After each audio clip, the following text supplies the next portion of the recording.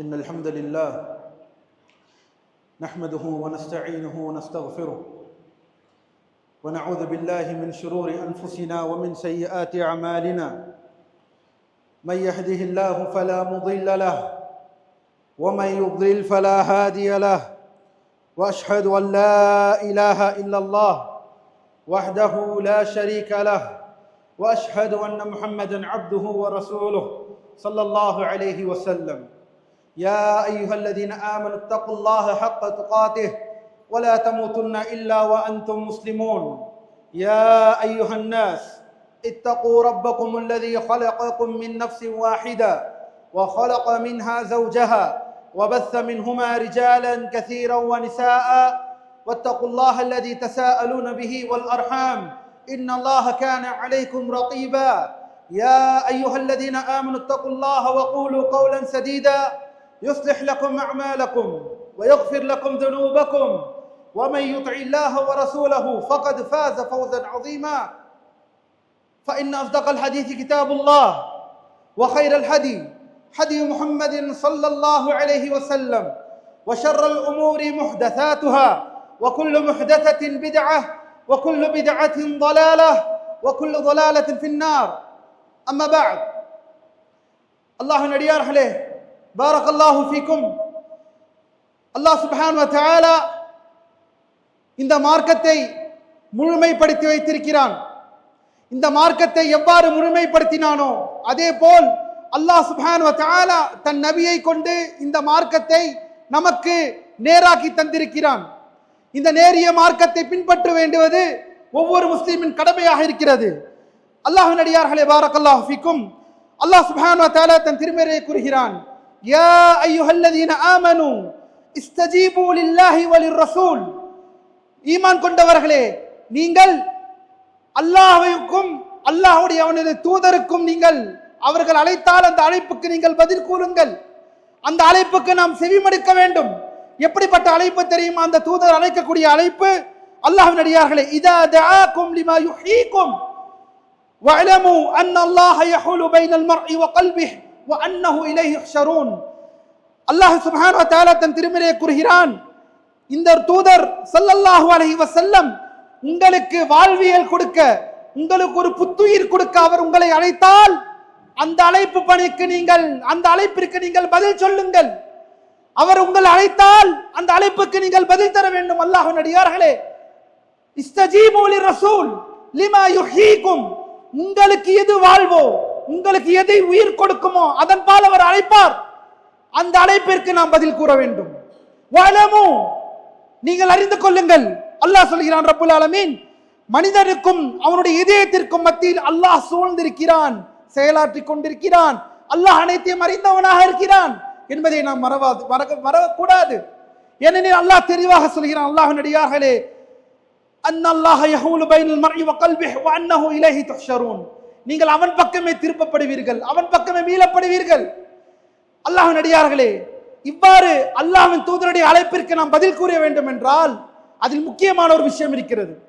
இன்று மனிதனாக, முஃமினான அல்லது ஒரு காஃபிராக அல்லது ஒரு முஸ்லிமாக அல்லது பாவம் செய்யக்கூடியவராக யாராக இருந்தாலும் கண்ணியத்தை தேடுகிறார்கள். மனிதனுக்கு பிறப்பிலேயே ஆசைப்பட வேண்டிய ஒரு விஷயம் என்னவென்றால் கண்ணியம். எனக்கு கண்ணியம் வேண்டும். அந்த கண்ணியத்தை நாம் எங்கே தேடுவது? அங்கேதான் இப்போது கேள்வி. அல்லாஹ்வின் அடியார்களே, கண்ணியத்தை மார்க்கத்தின் பால், அல்லாஹ்வின் பால் தேட வேண்டுமே தவிர மார்க்கத்திற்கு முரணான விஷயத்தை கொண்டு கண்ணியத்தை தேடுவது தவறு. கண்ணியம் கிடைக்க வேண்டும் என்றால் அந்த முஃமின் பலசாலியாக இல்லாமல் இருக்கலாம், வலிமை இல்லாதவனாக இருக்கலாம், வலிமையற்றவனாக இருக்கலாம், ஆனால் அவன் கண்ணியமானவன். ஏன் கண்ணியமானவன்? ஏனெனில் அவன் அல்லாஹ்வை மட்டுமே வணங்குகிறான். ஏனெனில் அவன் அல்லாஹ்வின் தூதருக்கு மட்டுமே கட்டுப்படுகிறான். ஹராமை கொண்டு கண்ணியத்தை தேடவில்லை, ஹராமை கொண்டு கண்ணியத்தை தேடவில்லை, ஹலாலை கொண்டு, மார்க்கத்தை கொண்டு அவன் கண்ணியத்தை தேடுகிறான். ஏனெனில் அறிந்து கொள்ளுங்கள் அல்லாஹ்வின் அடியார்களே, அந்த கண்ணியம் என்பது அல்லாஹ்விற்கு உரித்தானது. ஃபைனல் இஸ்ஸத லில்லாஹி ஜமீஆ. இந்த கண்ணியம் என்பது முழுவதும் அல்லாஹ்விற்கானது. அந்த கண்ணியத்தை அவனிடமே தேட வேண்டும். அல்லாஹ்வின் அடியார்கள் என்று சற்று சிந்தித்து பாருங்கள். முஸ்லிம்களாக நாம் கண்ணியத்தை எங்கே எல்லாம் தேடிக்கிறோம்? யாராவது ஒருவர் ஹராமான விஷயத்திலே அவர் பெரிய ஆளாக இருந்திருக்கலாம் அல்லது கண்ணியத்தை தேடியிருக்கலாம். அதே நோக்கி இன்னொரு முஸ்லீமும் அடைவான். அதை அடைந்தால் நானும் கண்ணியத்தை அடைகிறேன். எப்படி? ஹராமான விஷயத்தில் கண்ணியத்தை தேடக்கூடியவர்களாக, பாவ விஷயத்திலே கண்ணியத்தை தேடக்கூடியவர்களாக. எடுத்துக்காட்டாக சொன்னால், அல்லாஹ்வின் அடியார்களே, அபாயா அணிவது, புர்கா அணிவது. புர்கா அணிந்தால் அசிங்கமா? புர்கா அணிந்தால் அசிங்கம் என்றால் நீங்கள் அநீதியை கொண்டும் ஹராமை கொண்டும் அல்லாஹ்விற்கு பாவம் செய்வதை கொண்டும் கண்ணியத்தை தேடுகிறீர்கள். அதே அந்த புர்காவை, அதே அந்த அபாயாவை அல்லாஹ்விற்காக அணிந்து அல்லாஹை வணங்கி அவனுடைய கட்டளைக்கு கீழ்ப்படிந்து அணிந்திருந்தீர்கள் என்றால் அல்லாஹை கொண்டு, சத்தியத்தை கொண்டு நீங்கள் கண்ணியத்தை தேடுகிறீர்கள். எது உண்மையான கண்ணியம்? எது உண்மையான கண்ணியம்? மார்க்கத்தின் பால் நின்று வணங்குவதுதான், மார்க்கத்தின் பால் தரக்கூடிய விஷயம்தான், இந்த சத்திய மார்க்கம் ஈட்டி தருவதுதான் கண்ணியம். இதன் அல்லாத ஹராமான எந்த விஷயமாக கொண்டு ஒருவர் கண்ணியத்தை தேடினான் என்றால் அது கண்ணியம் அல்ல, அது இழிவு என்பதை நாம் புரிந்து கொள்ள வேண்டும். அல்லாஹ்வின் அடியார்களே, அல்லாஹ் நம்மை பாதுகாப்பானாக. ஒரு முஃமின் வலிமை மிக்க இல்லாதவனாக இருக்கலாம், ஆனால் கண்ணியமானவன். எனவே அல்லாஹ்வை வணங்குகிறான், மார்க்கத்தை பேணுகிறான், மார்க்க விஷயங்களே சரியாக இருக்கிறான். ஆண்கள் பெண்கள் கலக்கும் இடத்தில் கலக்காமல் இருக்கிறான். ஏனெனில் அது இஹ்திலாத், கலப்பு விஷயம். அந்த இடத்தில் ஒரு முஸ்லிம் தங்க மாட்டான், தூரமாகி விடுவான். கேட்டால் அசிங்கமா, கேட்டால் அவமானமா, இதை செய்தால் அசிங்கம், இதை செய்தால் அவமானம். இதிலே நீங்கள் கண்ணியத்தை தேடாமல் அவர் என்னை குறை சொல்லி விடுவார், இவர் என்னை குறை சொல்லி விடுவார். அல்லாஹும் தூதரை விட்டு விட்டோமா? இத்தபியுமா உன்சில இலைக்கும், உங்களுக்கு எது இறக்கப்பட்டதோ அதை நீங்கள் பின்பற்றுங்கள் என்று அல்லாஹ் சொல்கிறான். அல்லாஹ்வின் அடியார்களே, எங்கே செல்கிறோம்? கண்ணியத்தை எங்கே தேடுகிறது இந்த சமுதாயம்? மார்க்கத்து விஷயத்தை அல்லாதவை கொண்டு நீங்கள் கண்ணியத்தை தேடுகிறீர்கள் என்றால் இழிவு மட்டுமே மிச்சமாக இருக்கிறது. அல்லாஹ்வின் அடியார்களே, அதை நீங்கள் நன்றாக நாம் அறிந்து கொள்ள வேண்டும். அல்லாஹ் சொல்கிறான் திருமறையிலே, மன் கான யுரீதுல் இஸ்ஸத ஃபலில்லாஹில் இஸ்ஸது ஜமீஆ. யாருக்கு கண்ணியம் வேண்டுமோ, யார் கண்ணியத்தை தேடுகிறாரோ அவர் அறிந்து கொள்ளட்டும், அந்த கண்ணியம், அந்த மரியாதை, அந்த மதிப்பு அல்லாஹ்விடம் இருக்கிறது. அப்படி என்றால் என்ன? அல்லாஹ் தான் கண்ணியமிக்கவன். அவனை வணங்குவதன் மூலமாக அந்த கண்ணியம், அவனுடைய கட்டளைகளை பின்பற்றுவதன் மூலமாக அந்த கண்ணியம் கிடைக்கப்பெறும். இதை மறந்துவிட்டோம், இதை மறந்துவிட்டோம். ஊர் என்ன வழக்கத்திலே இருக்கிறது? குர்ஆனும் இந்த சுன்னாவும் எதிரே இருக்கிறது. அதெல்லாம் எனக்கு தேவையில்லை.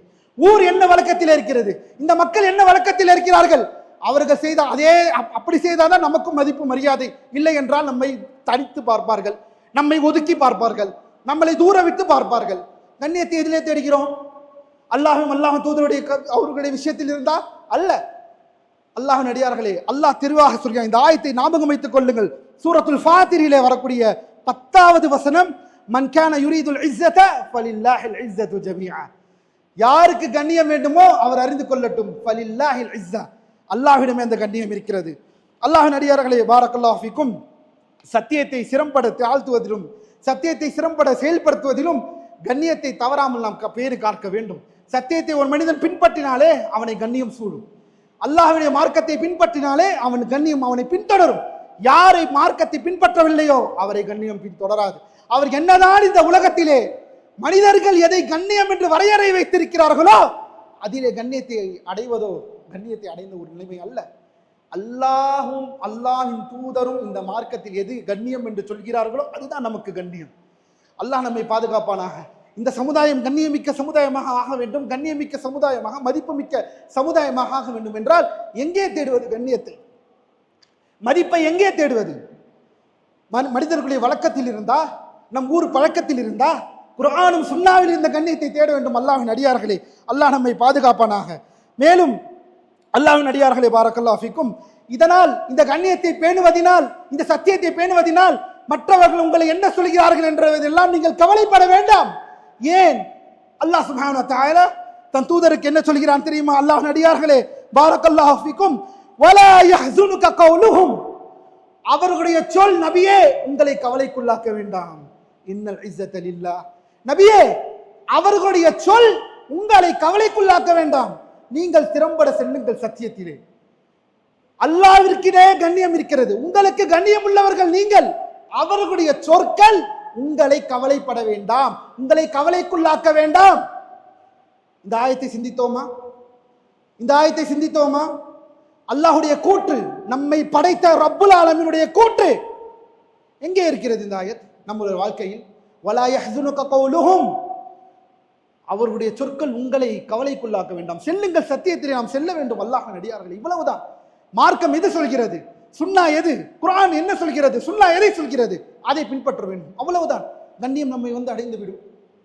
அல்லாஹ் நம்மை பாதுகாக்க வேண்டும். இப்படிப்பட்ட இந்த நேரத்திலே முக்கியமாக இன்று முஸ்லீம்கள் சூழ்ந்திருக்கக்கூடிய நேரம், நாம் சந்தித்துக் கொள்ளக்கூடிய இன்னல்கள், அவதூறுகள், இதையெல்லாம் நாம் இது செய்ய வேண்டும் என்றால், அல்லாஹ்வின் அடியார்களே, கண்ணியத்தை பேண வேண்டும் என்றால் அந்த மார்க்கத்தை நாம் இருக்க வேண்டும்.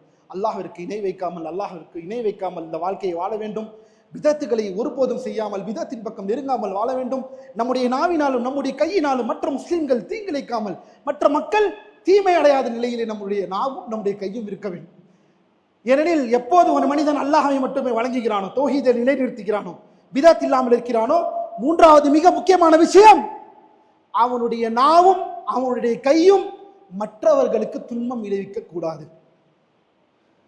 ஏனெனில் தௌஹீத் என்று சொல்கிறீர்கள், ஆனால் அவர் ஏமாற்றுகிறார்.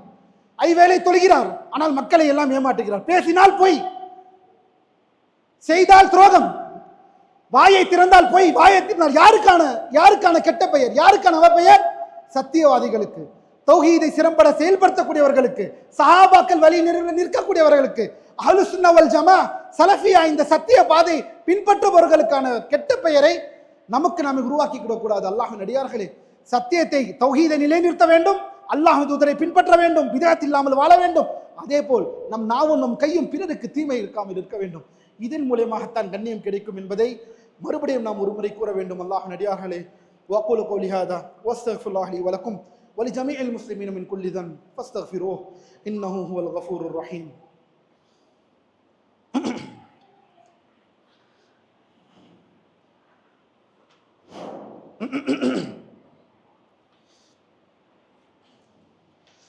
الحمد لله على إحسانه وشكر له على توفيقه وامتنانه واشهد ان لا اله الا الله وحده لا شريك له تعظيما لشأنه واشهد ان محمدا عبده ورسوله صلوات الله وسلامه عليه.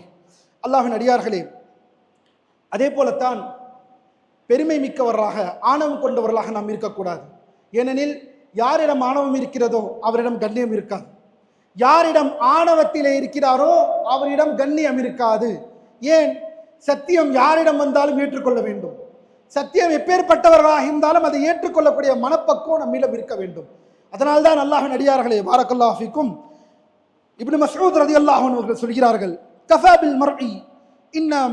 பில் மர்இ இஸ்மன் இதா கீல லஹு இத்தகில்லாஹ கதிப். இந்த கூற்றை ஞாபகம் வைத்துக் கொள்ளுங்கள். மாபெரும் ஒரு சஹாபி இப்னு மஸ்ஊத் ரலியல்லாஹு அன்ஹு அவர்கள் கூறுகிறார்கள், ஒரு மனிதன் அவன் பாவம் செய்கிறான் என்பதற்கு இது ஒன்றே சாட்சியாக இருக்கிறது. என்னது? ஒரு மனிதன் அவன் தவறிலே இருக்கிறான், அவன் பாவத்தில் இருக்கிறான் என்பதை நிரூபணம் செய்ய இது ஒன்றே சாட்சி. என்னவென்றால், அவரிடம் அல்லாஹை நீங்கள் அஞ்சிக் கொள்ளுங்கள் என்று உபதேசிக்கப்பட்டால் அவர் கோபப்படுவார். எப்படி? அல்லாஹ்விற்கு நீங்கள் அஞ்சிக் கொள்ளுங்கள் சகோதரே என்று ஒரு உபதேசம் செய்தால் அதை என்ன செய்வார்? ஏற்றுக்கொள்ள மாட்டார்.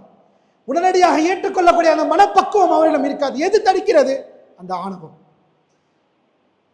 இப்படி அதை கேட்டால் உடனடியாக கோபப்படுகிறவர் தவறான பாதையில் இருக்கிறார் என்பது இது ஒன்றே சாட்சியாக இருக்கிறது என்று அல்லாஹ்வின் தூதர் ஸல்லல்லாஹு அலைஹி வஸல்லம் அவருடைய உற்ற தோழர்களில் ஒருவனான இப்னு மஸ்ஊத் ரலியல்லாஹு அன்ஹு அவர் அறிவிக்கிறார்கள். இங்கே இருக்கிறது நம்மிடம் இந்த மனப்பக்குவம்.